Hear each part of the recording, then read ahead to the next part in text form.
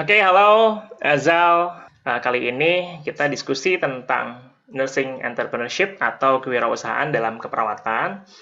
Nah, ini juga mudah-mudahan bisa menjadi inspirasi buat teman-teman mahasiswa keperawatan atau juga perawat atau juga akademisi dan juga praktisi bidang keperawatan. Nah, kebetulan sekarang saya sudah bareng sama mahasiswa dari Fakultas Keperawatan Unpad, Azalia. Silakan kenalan. Halo Pak, iya nama lengkap saya Zalia Melati Putri Pak, mahasiswa semester 5. Kesempatan kali ini kita akan diskusi tentang pengalaman-pengalaman Azal dalam mengikuti bisa dibilang lomba-lomba terkait kewirausahaan ya. Mungkin juga semacam um, PKM ya. PKM itu program kreativitas mahasiswa gitu ya, tapi yang bentuknya kewirausahaan. Dan karena di dalamnya nanti mungkin juga ada strategi-strategi gimana melakukan pitching. Nah, jadi nanti sekalian aja ya, Azal, kita bisa diskusi tentang gimana sih cara pitching atau strategi melakukan pitching dalam wirausaha. Pertama kali Azal mengikuti lomba-lomba kewirausahaan tuh gimana sih? Dan apa aja yang udah diikutin, Azal? Oke, kita sharing-sharing aja mungkin ya, karena sebenarnya basic saya itu bukan ikut lomba bisnis, karena dari dulu kayaknya nggak kepikiran deh akan terjun di dunia bisnis. Ketika masuk ke keperawatan yang ada di kepala saya, saya akan jadi praktisi di rumah sakit gitu ya, saya akan kerja di rumah sakit atau kerja di puskesmas seperti itu. Tapi ketika memasuki tahun 2021, ketemu beberapa kakak tingkat yang ternyata interest dengan bidang bisnis, kemudian saya diajak gitu ya untuk bergabung. Ternyata dunia bisnis itu sangat menarik gitu ya, sangat menarik dan menantang. Berbeda dengan keperawatan ya, ilmunya ya seperti itulah, mungkin teman-teman sudah tahu seperti apa.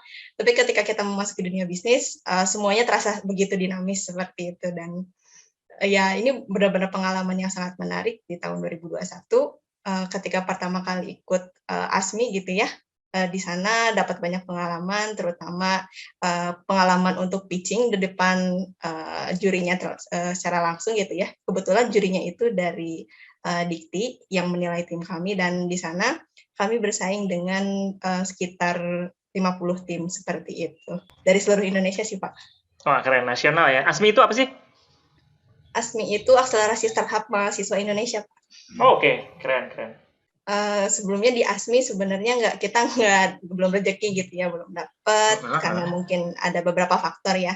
Karena di ASMI ini menekankan kepada jalannya bisnis gitu. Jadi kalau misalnya bisnisnya belum berjalan atau belum ada user yang menggunakan ya, itu belum bisa mendapatkan itunya gitu ya, belum bisa lolos karena memang yang diberikan di ASMI-nya berupa modal seperti itu. Jadi harus sudah ada kegiatan kewirausahaan yang jalan gitu ya. Betul. Iya, lomba berikutnya kami sempat coba lomba internasional di Podomoro University. Ya, lomba internasional sangat luar biasa gitu ya, karena dalam tim kami sebenarnya tidak ada yang memiliki basic bahasa Inggris yang sangat baik gitu ya, yang sangat fluent gitu, tidak ada. Tapi kami mencoba keluar dari zona nyaman dan mengikuti kompetisi internasional. Harapannya sih bisa mendapatkan pengalaman yang luar biasa dan kenalan-kenalan juga ya dari teman-teman luar negeri seperti itu. Itu hasilnya gimana yang di Podomoro? Kalau di Podomoro kita sampai finalis Pak. Keren. 10 besar. 10 besar, oke. Itu juga apakah hanya idenya saja atau memang harus udah usahanya berjalan gitu? Kalau yang internasional ini lebih ke ide bisnisnya sih Pak, lebih ke idenya. Kalau yang berikutnya itu kita coba join ke Pertamuda tahun ini. Itu acara apa ya? Sebenarnya inkubator bisnis sih, lebih ke inkubasinya bisnis gitu. Kalau dibuat kompetisi sebenarnya enggak juga sih, karena di dalamnya ada mentoring, kemudian ada materi-materi juga yang diberikan. Terus pesertanya juga baik, ramah-ramah, serius, gak kerasa kayak kompetisi. Oh, kalau yang di kompetisi ini ya, jahat-jahat. Ya seperti itu juga. Saling sikut-sikutan gitu. Judes-judes ya, enggak? Sekarang cerita tentang ini yang ide wirausahanya kayak gimana sih, Zal? Iya, buat ide usahanya sendiri sebenarnya teman-teman mungkin udah sering dengar gitu ya. Jadi kita ingin membuat home care gitu ya, yang isinya perawat, tapi kita memberikan layanannya berbasis aplikasi, seperti itu. Oke. Intinya idenya itu ya? Terus di Pertamuda ini gimana? Ngapain aja nih di Pertamuda? Iya, sebenarnya buat Pertamuda itu rangkaiannya cukup panjang. Waktu itu sekitar sebulan itu sempat ada pematerian dengan beberapa coach dari pengusaha-pengusaha muda di Indonesia gitu ya, dari Wah, keren. pengusaha-pengusaha muda. Kemudian mereka sharing tentang apa aja sih yang dialami selama Hmm, menjalankan usaha. Sempat punya hutang sampai miliaran di usia hmm, 26 tahun gitu ya, dan hmm, hmm. bisa kembali lagi gitu, bangkit kembali, mendirikan bisnisnya lagi gitu kan. Itu suatu yang luar biasa ya, nggak kebayang gitu usia 26 hutang miliaran gitu. Terus habis kita pematerian dapat materi gitu ya. Nah, baru di sana kita pitching tahap Hmm, penyisihan. oke. Itu mentornya siapa aja, Zal? Mentornya macam-macam sih, ada Kak Christian Sugiono, terus ada Kak Hmm, Nilan Sari yang punya ke Bapak Barafi gitu. Wah, berarti udah mentornya udah bukan kaleng-kaleng lagi ya. Keren-keren semua ya. Diajarin apa aja, Zal, itu, Zal, sama mentor-mentornya? Ada banyak hal sih, terutama terkait bisnisnya ya. Kalau teman-teman yang dari kesehatan gitu takut ya terjun ke dunia bisnis, ya jangan takut gitu, karena kalau misalnya teman-teman aktif cari kelas tentang bisnis, kemudian belajar dari awal, misalnya mulai dari ideasi ya, cari ide gimana sih Hmm, bikin usaha, kita mau dagang apa gitu, kita mau menawarkan apa ya, kita juga diajarin gitu cara melihat bagaimana fenomena yang ada di masyarakat gitu. Sebenarnya masyarakat tuh butuh apa sih gitu ya, dan kebutuhan itu bisa kita penuhi atau enggak gitu. Semakin ide kita itu bisa menyelesaikan masalahnya masyarakat, ya berarti usaha kita bakal semakin bagus gitu, bakal berjalan jangka panjang kayak gitu. Dan dalam prosesnya tentu kita biasanya membutuhkan investor. Kita kan mahasiswa ya, mahasiswa biasanya apa? nah, Nggak bermodal. hmm, Mahasiswa nggak nah, bermodal. Jadi kita juga diajarin untuk presentasi gitu ya, atau pitching biasanya kita sebutnya di depan investor untuk mencari modal juga seperti itu. oke. Jadi pitching tuh kita kayak promosi di depan calon investor kira-kira gitu ya untuk Iya, nyari investor gitulah ya. Kalau pesertanya yang Pertamuda, ini Pertamuda saya tertarik karena kalau dilihat dari eventnya muncul juga tuh di apa timeline feed Instagram saya. Jadi memang cukup mentereng juga ya bergengsi si eventnya ini dan levelnya nasional juga. Terus kebetulan banget nih ada Azal yang ikutan dari fakultas gitu. Nah itu jadi saya tertarik nanya-nanya tentang Pertamuda. Nah kira-kira kalau dari pesertanya itu yang ikut dari ini mahasiswa semua ya? Mahasiswa iya semua. betul Pak, mahasiswa Eh, semua. itu jurusan atau prodinya prodi apa aja tuh? Prodinya campur sih Pak, dan yang dari Hmm. kesehatan tuh termasuk langka sih, termasuk Oh langka. gitu. Iya, Oke, kebanyakan mana? Ekonomi. kebanyakan ya ekonomi, tentu mereka bidangnya ya, ekonomi, kemudian teknik-teknik, biasanya mereka membuat alat gitu ya, dan Hmm, biasanya dari pertanian juga. oke. Karena mungkin kalau pertanian ke pangan gitu ya, Ya, industri-industri kuliner gitu kali ya. Oke, ya menarik nih. Tadi kalau kalau kata Azal bilangnya apa tuh kesehatan takut terjun terjun ke kewirausahaan ini cukup menarik nih. Kenapa Zal ada ide seperti itu Zal? Ada pikiran kayak gitu? iya karena melihat wirausaha dari bidang keperawatan itu saya lihat jarang gitu ya yang muncul, yang benar-benar Hmm. jadi wirausaha gitu. Dan ketika ngobrol sama teman-teman di angkatan, ada yang minat jadi pengusaha, ya ada, tapi eksekusinya gimana nanti gitu. Oke. Jadi pengalaman teman-teman kalau ngobrol sama teman-teman, teman-teman mahasiswa punya ide tapi dia bingung eksekusinya kayak gimana gitu ya. Setuju sih ya. Kalau saya sebagai akademisi, prodi keperawatan itu kan memang lulusannya jadi perawat klinis gitu kan ya. Jadi perawat klinis ya. Klinis itu identiknya jadi perawat di rumah sakit atau juga PNS. PNS itu kan nanti bisa di puskesmas kan ya. Kan nggak ada Ya. puskesmas swasta ya. PNS kan, PNS nanti rumah sakit atau di apa namanya puskesmas gitu ya. Nah, tapi sekarang itu sebetulnya banyak banget tuh yang bisa dikembangkan gitu. Kalau saya secara pribadi justru melihat pengembangan profesi itu dari si sudut pandang entrepreneurship gitu. Karena apa? Karena kalau saya telusuri kan lulusan itu nanti ketika lulus terus dia kerja ya kebanyakan kan jadi perawat baik itu di negeri maupun swasta gitu ya. Nah, Iya. itu. Nah, yang menarik kan memang di negeri nih ya kalau kita ngelihat apa yang dikerjakan sama pemerintah atau government gitu kan ya. Nah, itu sebenarnya banyak banget tuh apa namanya program-program yang sebetulnya perlu dikerjakan di masyarakat gitu ya, tapi masih bolong-bolong gitu. Maksudnya bolong-bolong ya karena bisa jadi anggaran yang kurang atau memang SDM yang kurang gitu ya. Atau banyak hal lah ya itu mungkin juga dari sisi sosial politik juga gitu yang jadi hambatan gitu. Salah satu contohnya nih Zal yang saya mau kerjakan itu saya kan ini lagi dari 2018 ngembangin tentang stimulasi tumbuh kembang buat anak di teman ibu. Selain satunya lagi, saya fokusnya jadi dua nih. Selain satunya lagi di Nurstech. Kalau Nurstech itu education teknologi untuk keperawatan. Gitu. Di teman ibu nih, ketika saya cari-cari gitu ya, program-program apa sih stimulasi tumbuh kembang untuk anak-anak ternyata banyak gitu ya. Kalau kita lihat dari program-program puskesmas itu banyak, tapi ternyata yang bisa dikerjakan itu yang terrealisasi hanya beberapa gitu. Contohnya ini, waktu itu saya baca tentang, aduh saya lupa sumbernya, tapi itu dari pemerintah ya. Itu ada program ini kelas untuk persiapan pernikahan. Itu Oh ada iya. ternyata, ya kan? Kelas persiapan pernikahan tuh, dan itu penting gitu ya. Nah, jadi kelas persiapan pernikahan itu bukan cuma soal mempersiapkan keluarganya aja ya, bukan dari hubungannya aja, tapi dari sisi kesehatannya juga kan penting ya, gimana mereka jadi tahu tentang nanti merencanakan harus punya anak berapa, dan gimana apa namanya merawat anak tuh harus kayak gimana sih, mereka jadi harus tahu kan.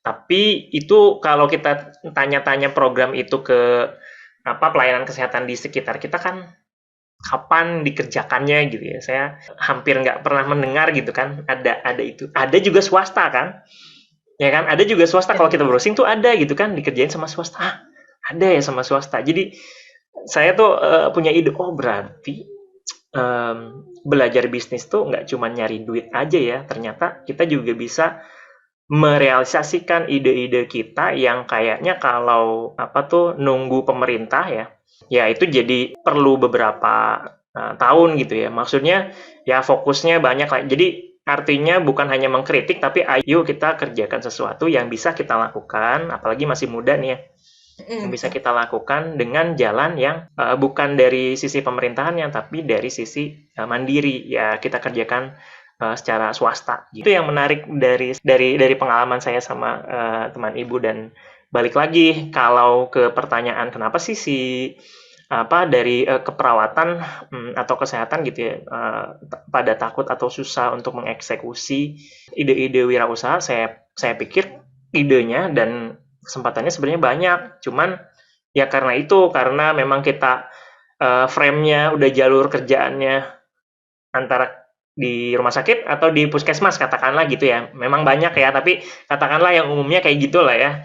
Nah itu tuh jadi kita nggak punya keberanian atau punya visi untuk oh ya udah saya buka wirausaha gitu. Padahal itu tuh bisa banget dijadiin jalan buat ngebuka mengembangkan profesi kita gitu. Kalau ideasi berarti ideasi diajarin juga ya di sana ya? Iya, betul. Jadi kita memang diajarkan untuk melihat secara langsung sih apa sih yang sebenarnya dibutuhkan masyarakat gitu. Saya juga setuju sih dengan apa yang Bapak ceritain. Kalau misalnya banyak sekali program pemerintah yang dalam pelaksanaannya itu banyak gap-nya gitu ya, banyak kekosongannya, banyak kelemahan-kelemahannya gitu dan kita punya kesempatan besar buat ngisi itu. Ya. Ideasinya diajarin pakai metode apa? Ada metode tertentu yang diajarin? Nah. Macam-macam sih Pak, tapi lebih ke pengalaman pribadi dari mentornya biasanya. Kan mentornya Nah itu gitu. waktu itu ada yang pernah apa ya, bekerja di Halodoc kalau nggak salah ya. Oke. Mentor saya di lomba internasional tuh kalau nggak salah beliau bagian apa gitu ya di Halodoc, dan dia bilang jangan terlalu bersahabat dengan ide yang kamu buat gitu, tapi lihat kondisi aslinya di lapangan tuh seperti apa. Jadi jangan bilang, oh ide kita nih paling bagus nih, paling solutif lah gitu. Tapi kenyataannya di lapangan kan berbeda gitu. Jadi kita tetap harus mengikuti kondisi di lapangannya kayak gimana. Nah ini seru nih, ini juga sekaligus autokritik ya kalau buat saya akademisi. Kita tuh suka bikin bab satu kan, ya kan? Di bab satu itu semuanya yang kita tulis adalah atau solusi yang ada di kepala kita tuh itu yang paling benar sedunia gitu kan. Kan kita terframe seperti itu kan. Nah itu tuh kalau jadi kita punya pengalaman ya Zal ya, kalau apa tuh namanya kita terjunnya di dunia bisnis atau kita menjalani itu udah beda banget gitu. Ya kan? Antara bab satu dan realita itu something different gitu. Di bab satu kita bisa bikin hiperbola, bikin orang percaya dengan data-data yang kita kerjakan, tapi enggak juga gitu. Enggak juga. Perlu benar-benar valid kan? Betul. Kamu juga suka ditanya, misalnya kita memperlihatkan data tentang segmentasi pasar gitu. Siapa sih target kita gitu ya, target market kita. Terus ditanya lagi, yakin target marketnya yang ini? Nggak salah. Jasa kalian ini loh pelayanan buat penyakit kronis, tapi kok datanya apa sih penyakit sakit secara umum. Nah, kemudian kami dapat revisi lagi lah, kita dapat masukan untuk cari data dari rumah sakit. Berapa sih pasien rawat jalan yang mengidap penyakit kronis? Nah, itu baru real. Oh iya, buat terkait ideasinya tuh sebenarnya beberapa mentor udah bilang bagus banget gitu ya, karena belum ada sampai saat ini gitu ya. Nggak tahu nanti beberapa waktu ke depan akan ada atau enggak. Tapi sampai saat ini belum ada layanan keperawatan home care gitu ya, yang pakai aplikasi. Karena layanan kesehatan saat ini lebih banyak di kesehatan seperti itu, lebih banyak mengarah pada profesi kedokteran seperti itu, misalnya Halodoc, Sehatku gitu ya. Oke, jadi idenya sebetulnya cukup menarik ya, karena belum ada kali ya di kita ya. Kalau dulu saya di Australia, saya ada tuh, saya nggak bisa sebut namanya, tapi kurang lebih seperti itulah. Cuman dulu itu karena kan belum se-hype sekarang ya pakai aplikasi itu. Nah, jadi kalau dulu itu agency, masuknya ke agency gitu. Agency, terus kita daftar, nanti kalau misalkan mau, nanti ada yang ngirimin, ya kita lolos dulu ya, ada interview. Saya masih ingat tuh interviewnya kelompok gitu ya. Jadi semacam FGD gitu, terus ada tanya-tanya, tanyain pas saya di Australia itu, terus saya eligible, masuk. Nah, kalau misalkan nanti pas ada job, itu dikirimnya pakai SMS dulu, SMS mau terima atau enggak gitu. Terima, terus nanti kita dikirim. Nanti itu jaraknya bisa beda-beda gitu. Nah, dulu tuh saya terkendala sama jarak, jadi saya ngambil yang deket-deket aja. Gitu. Dan ngambilnya di kayak mereka tuh punya kategori gitu, kategori untuk misalkan saya itu kalau nggak salah masuk ke kategori yang paling bawah gitu ya, hanya bisa setara caregiver lah. Caregiver itu cuman ngasih perawatan, activity daily living, misalkan kayak memandikan. Itu memandikan saya sering tuh memandikan, terus memandikan lansia di rumah, terus ngasih makan gitu-gitu. Nah, kalau dia punya sertifikasi yang lebih tinggi, misalkan melakukan IV terapi ya, infus di rumah gitu ya. Itu kalau dia punya sertifikasi, waktu itu kan saya mahasiswa ya, jadi saya nggak eligible kalau di luar gitu. Nah itu ada ininya lebih tinggi gitu, jadi punya kategori-kategorinya masing-masing gitu. Nah kalau boleh dong diceritain kira-kira kalau ide wirausahanya Azal ini dan teman-teman mungkin itu cakupannya kayak gimana sih? Area prakteknya apa aja? Terus problem yang mau di address itu apa aja? Oke, sebenarnya buat cakupannya itu layanannya lebih ke penyakit kronis ya sama perawatan lansia. Mengingat kalau penyakit kronis di Indonesia kan tinggi sekali ya jumlahnya gitu dan banyak sekali pasien penyakit kronis itu terkendala ketika ingin melakukan konsultasi secara langsung di rumah sakit gitu. Kayak misalnya butuh penggantian alat, misalnya ganti IV kateter atau ganti kateter tuh biasanya kan ya bolak-balik rumah sakit agak merepotkan gitu. Apalagi buat lansia kan dengan kondisi fisik yang seperti itu harus dibawa-bawa gitu ya, mana kalau ke rumah sakit pakai BPJS misalnya, antrinya lama sekali gitu. Kayaknya nggak tega gitu ya saya kalau melihat lansia dibawa-bawa seharian di rumah sakit, cuman harus nunggu antri doang gitu. Nah, kira-kira sosial ekonominya masuknya kemana nih? Segmentasi pasarnya nih? Buat segmentasi pasarnya sebenarnya tadi ya lebih ke keluarga-keluarga yang memiliki pasien dengan penyakit kronis gitu, pasien rawat jalan yang biasanya butuh konsultasi secara berkala gitu ya, beberapa kali harus ke rumah sakit gitu. Oke. Kalau strata sosial ekonomi ada nggak? Kayaknya Sudah teridentifikasi belum? menengah ke atas sih Pak kalau menurut Menengah ke atas saya. ya? Iya. Nah, ini juga satu pelajaran yang saya dapetin tuh ketika ngembangin teman ibu nih. Nah, tapi kalau di teman ibu nih kita benar-benar dari nol, kita jadi banyak banget pengalamannya, lika-likunya. Kebetulan saya juga sama istri kan, yang memang lincah itu istri. Kalau saya lebih ke ngasih arahan lah ya, arahan sama ide-ide. Nah, segmentasi juga kita akhirnya sih menemukan segmen itu sambil jalan ya. mungkin kalau best practice-nya nggak baik ya kayak gini. Harusnya benar-benar diteliti gitu ya kayaknya. Iya. Tapi kalau kita mungkin penelitiannya sambil jalan kali ya. Jadi kita ngadain apa tuh parenting class kayak gitu. Nah, itu tuh udah mulai terseleksi kan, mana yang memang aware, mana yang tidak. Jadi dari awareness, yang aware lah yang bakal datang. Terus dari sisi misalkan kita mau ngadain apa namanya Zoom kayak gini, webinar gitu kan. Nah, itu tuh itu juga jadi seleksi ya. Dan juga sosial ekonomi dan yang itu memang ketika kita membuka layanan ya, dulu layanannya massas.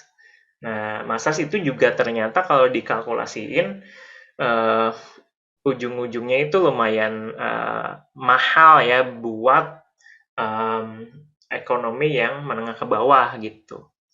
Nah, itu kalau ya kalau balik lagi ke perasaan kita kan, sebetulnya kita tuh menemukan problemnya justru di masyarakat menengah ke bawah ya, karena dulu itu saya sama istri tuh ngebandingin, apa bayi anak-anak kita tuh pas masih bayi kok udah seger ya, udah bagus gitu, udah kuat apa tulang lehernya gitu, usia berapa bulan waktu itu ya.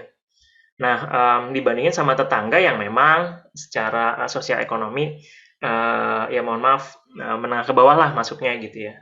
Tapi mereka tuh nggak tahu apa itu stimulasi tumbuh kembang dan gimana caranya gitu. Waktu itu metodenya masih massas ya yang kita temuin dan kita anggap bagus karena kita sendiri benar-benar ngejain itu gitu.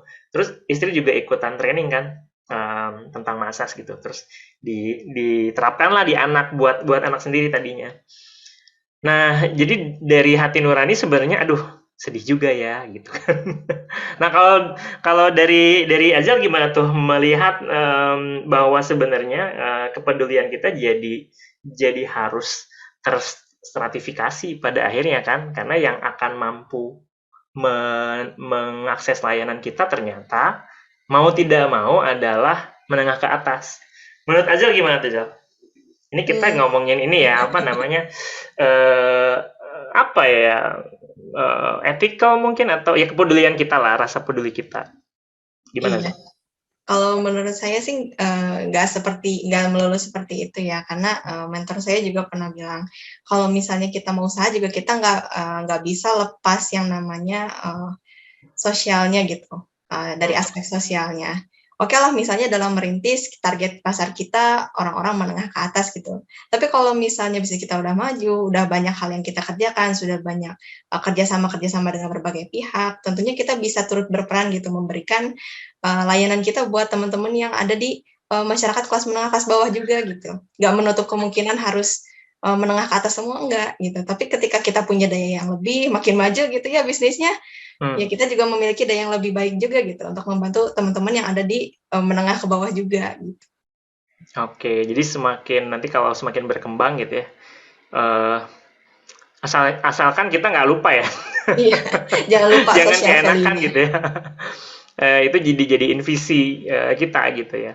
Sementara sih kalau saya di teman ibu itu kepikirannya ini beasiswa kan. Nah, jadi singkat cerita kita tuh menemukan metode yang lebih intensif untuk memberikan stimulasi tumbuh kembang yaitu dengan bermain, Cal. Nah, bermain kan tiap hari kan. Nah, jadi kita buka kelas stimulasi tumbuh kembang tuh. Nah, si stimulasi tumbuh kembang ini memungkinkan banget kalau nantinya ada beasiswa gitu. Nah, ide itu udah ada, cuman udah sempat difloorkan, tapi belum ada yang minat karena memang kurang kayaknya promosinya. Tapi itu masih akan tetap jadi saluran utama untuk misi sosial kita sih sebetulnya. Nah, ya asal kita berarti nggak jangan lupa ya terhadap Iya. misi itu gitu. Kalau ngomong-ngomong tentang pitching nih, kira-kira Zal, kayak gimana prosesnya dan kira-kira yang udah diajarin sama mentor-mentor untuk pitching tuh kayak gimana? Oke, pitching itu secara singkat mirip seperti presentasi ya, mirip presentasi, tapi kita presentasinya depan investor dan goals kita adalah membuat investor mau berinvestasi sama kita. Itu goals-nya ya. Nah, gimana caranya gitu? Berbeda dengan presentasi di kelas yang kita buka dengan ya, Assalamualaikum, perkenalkan saya Azalia gitu ya, dari kelas angkatan 2019, enggak kayak gitu. Habis waktu Anda kalau misalnya dipakai buat basa-basi dulu. Karena biasanya pitching itu waktunya sempit ya, sempit, ada yang berbaik hati 7 menit, ada juga yang 3 menit doang, ada yang 5 menit doang, tergantung dari durasi waktu yang dikasih. Jadi kita tuh benar-benar harus memanfaatkan waktu yang diberikan semaksimal mungkin gitu ya, karena tentu pasti materi yang mau kita sampaikan juga padat gitu ya, karena kita harus menunjukkan bisnis kita tuh apa sih, keuangannya kayak gimana, target pasar kita siapa, bentuknya seperti apa, barangkali bawa prototipe, ya tunjukkan prototipenya gitu, dalam waktu yang ya hanya singkat banget gitu. Oh, jadi harus di-press ya, jadi harus benar-benar bikin orang terkesan, menarik juga ya, tapi dalam waktu yang singkat, kayaknya gitu ya? Iya, betul. Oke, terus pengalamannya gimana setelah kemarin pitching nih? Pengalaman sebenarnya udah pernah pitching berapa kali ya, mungkin di Pertamuda itu sebenarnya udah pitchingnya 4 kali lebih karena kita disengaja dibuat sama Pertamuda itu buat pitching di mentor yang berbeda-beda supaya penilaiannya nggak subjektif, katanya seperti itu. Jadi semuanya rata. Saya kebagian sama 8 mentor tuh dua kan 4 hari. Jadi benar-benar ketika presentasi depan mentor yang ini dapat masukan, perbaiki lagi PPT-nya, kita presentasi lagi besok ya, pitching lagi, dapat masukan lagi, besok pitching lagi gitu, dan sampai hari yang terakhir ya menurut saya itu udah PowerPoint paling oke lah yang sesuai dengan revisi-revisi yang kita dapat dari mentor gitu. Oke, wah seru banget nih kalau kita jadi dapat banyak masukan ya dari situ ya. Iya. Kalau sejauh ini yang berminat untuk jadi investor ada nggak nih, atau yang support nih, kira-kira siapa aja nih, Zal? Kalau yang support sebenarnya ada sih Pak, tapi ya kita nggak boleh spill nama. Kebetulan orangnya pengusaha besar di Indo juga, katanya sih tertarik, tapi kita belum tahu mau garapnya seperti apa dan kapan gitu ya, karena proyeknya beliau juga banyak sekali gitu. Dan beliau juga tertarik sama salah satu bisnis di bidang kesehatan karena beliau belum punya gitu. Nah, satu lagi mungkin ya, karena waktu kita terbatas. Kalau untuk tim Nah, kira-kira tim yang dibutuhin sama Azal nih untuk merealisasikan ide usahanya terdiri dari apa spesifikasinya apa aja nih, Zal? Oh ya, buat tim sendiri biasanya minimal ya, minimal bisa lebih, bisa lebih lah ya, jangan kurang. Biasanya kita ada CEO-nya, ada CEO sebagai kepala gitu ya, ada COO yang megang operasional biasanya, yang tadi sudah kita obrolin ya, ngurusnya apa aja, mulai dari layanan, detailnya seperti apa gitu ya. Pokoknya bagian operasional aja. Kemudian ada yang CTO, bagian teknologi biasanya teknisnya seperti apa. Karena kita pakai aplikasi ya pasti butuh CTO lah ya. Kita butuh CTO, kemudian kita butuh CMO, marketing. Itu penting banget, terutama kita bukan orang bisnis ya. Kita butuh banget yang namanya orang marketing. Terus kita juga butuh yang namanya CFO, finance-nya. Karena ada beberapa bagian yang kadang kita nggak bisa ngitungnya gitu. Yang bisa ngitung biasanya teman-teman dari ekonomi bisnis. Oke, jadi kita sebagai perawat perannya menghidupkan ininya ya, mengelola dan menghidupkan juga menentukan arah si bisnis yang kita kembangkan gitu ya mungkin ya. Iya. Oke, Azal mungkin ada closing statement dulu Zal sebelum kita selesaikan ini sesi pertama kita nih. Oke, closing statement-nya jangan takut buat terjun ke dunia usaha. Karena oke lah misalnya kita belum punya pengalaman, tapi di luar sana banyak sekali pelajaran yang menunggu, mentor-mentor yang menunggu, dan akan selalu ada kesempatan gitu buat orang-orang yang mau belajar. Oke, makasih Azal atas sharing-sharingnya.